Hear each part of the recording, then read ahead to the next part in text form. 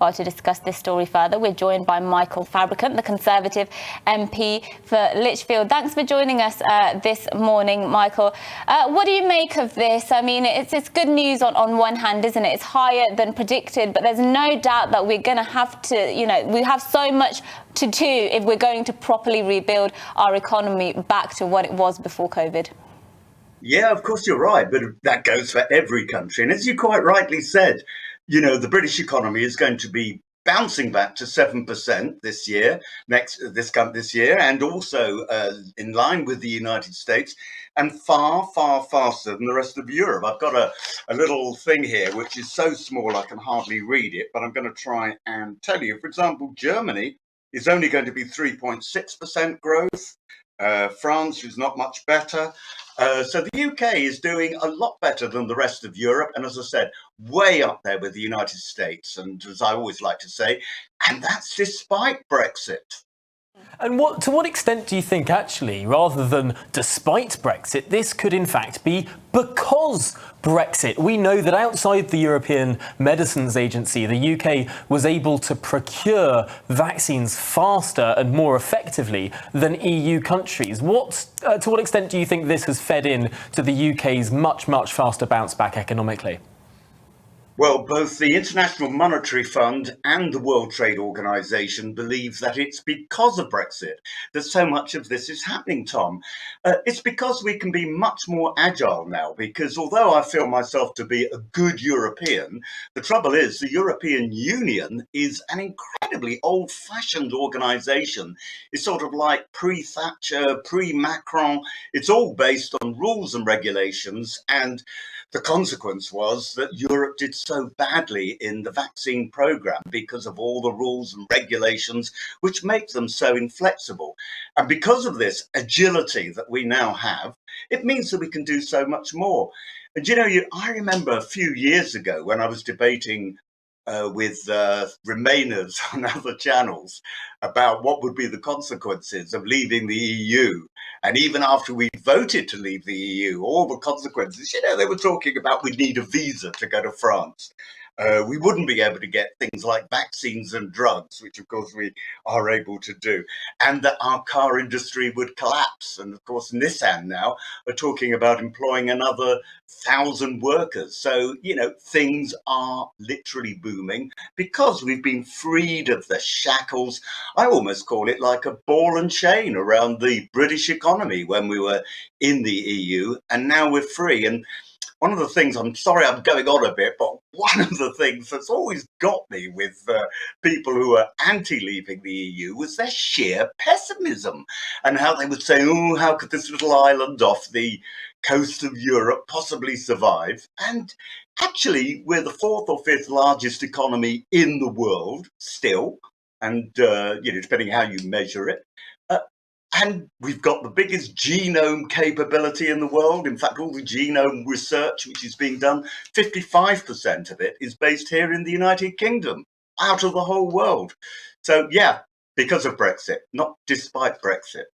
Well, there's no doubt, in my mind anyway, that there are lots of benefits from the country having voted to leave the European Union. But some people might, rebut what you've just said there and say, look, let's look at industries like farming, agriculture, or sort of lorries coming from Europe, delivering goods into the country.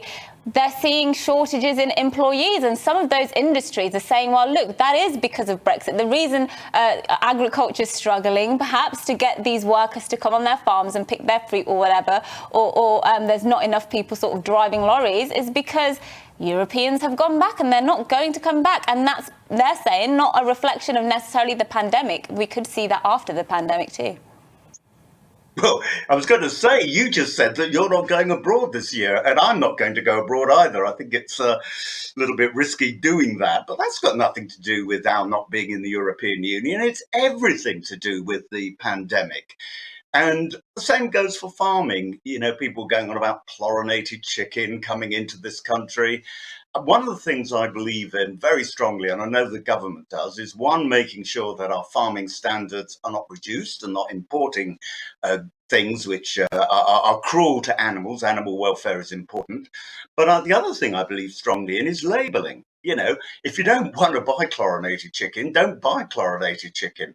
If you don't want to buy cheap wheat, then buy British, or actually British wheat can be as cheap as other wheat. So, you know, labelling is very, very important. And everything is getting conflated. At least the Remainers tend to conflate the effects of Brexit with what's happening with the pandemic. So let's just wait and see. I have every confidence, actually, from all the data I've seen, that things will work out. And I'll give you a little apocryphal example. I needed a spare part for my car. And I must admit, it had to come all the way from Gothenburg in Sweden. And I ordered it on one day, and 2 days later, it arrived, much to the surprise of the garage and me. You know, so a lot of these delays, providing you get the paperwork right, are not happening.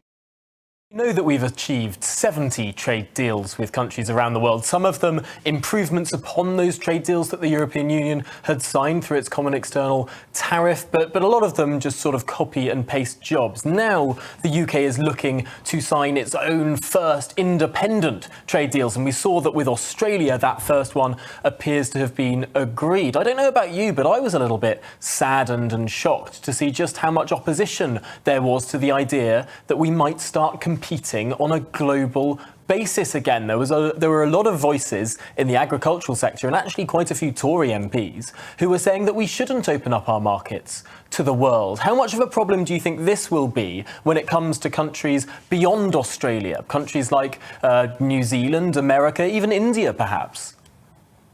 Well, you know, one of the reasons why I've always been a Brexiteer, and long before the word was ever invented, was because before I became an MP, I did, and this is where all my MP colleagues will loathe me for saying it, I did a real job.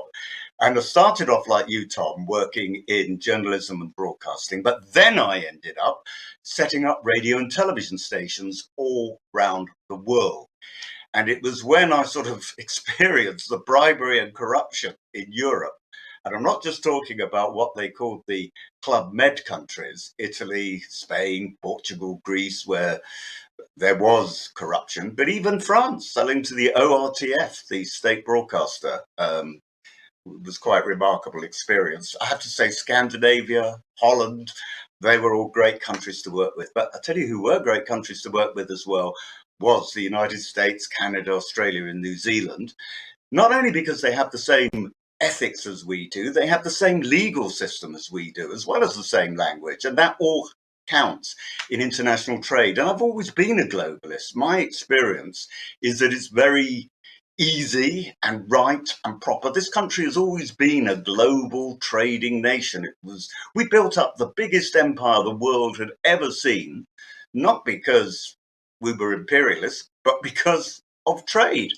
And that's not looking back to the past, it's looking to the future. We've been unnaturally constrained, you know, since we've been in the EU. We've not been able to buy bananas from the Caribbean because the Europeans had strong rules on that.